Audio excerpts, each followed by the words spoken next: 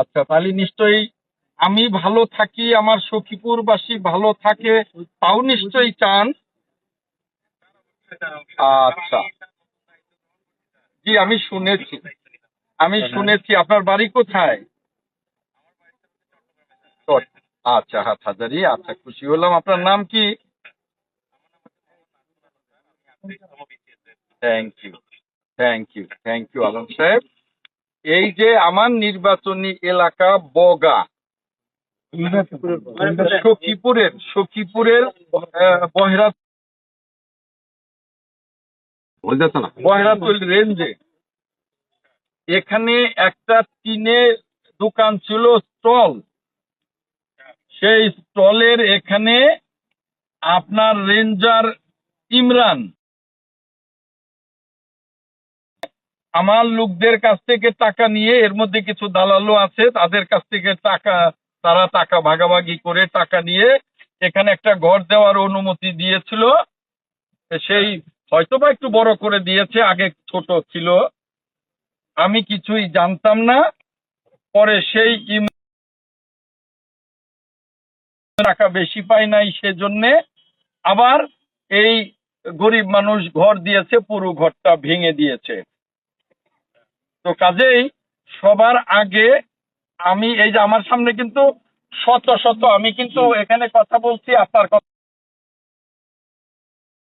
এখানে ভদ্র মহিলা ভদ্রলোক, এখানে আমি এই যে বগা যেখানে ঘরটা ভেঙে দিয়েছে হলুদিয়া চালা, এখানে আপনি 24 ঘন্টার মধ্যে এই ইমরানকে এখান থেকে ট্রান্সফার করবেন, ঘন্টার মধ্যে আপনি করবেন, এটা আপনার কাছে আমার অনুরোধ রইল, মন্ত্রী হিসাবে, এইখানকার এমপি হিসাবে। আর দ্বিতীয়, তাকে বলে দেবেন যে আমি যতদিন ইনশাল্লাহ এমপি আছি, আমার এলাকার মানুষকে আমি হয়রানি হতে দেব না, হয়রানি করতে দেব না। এবং এবং যাকে দেবেন সে যেন আমার সাথে যোগাযোগ করে, আমি তাকে বন আইনের বিরুদ্ধে আন্দোলন করেছি অনেক বছর, এবং তারা আশায় বুক বেঁধে আমাকে ভোট দিয়েছে।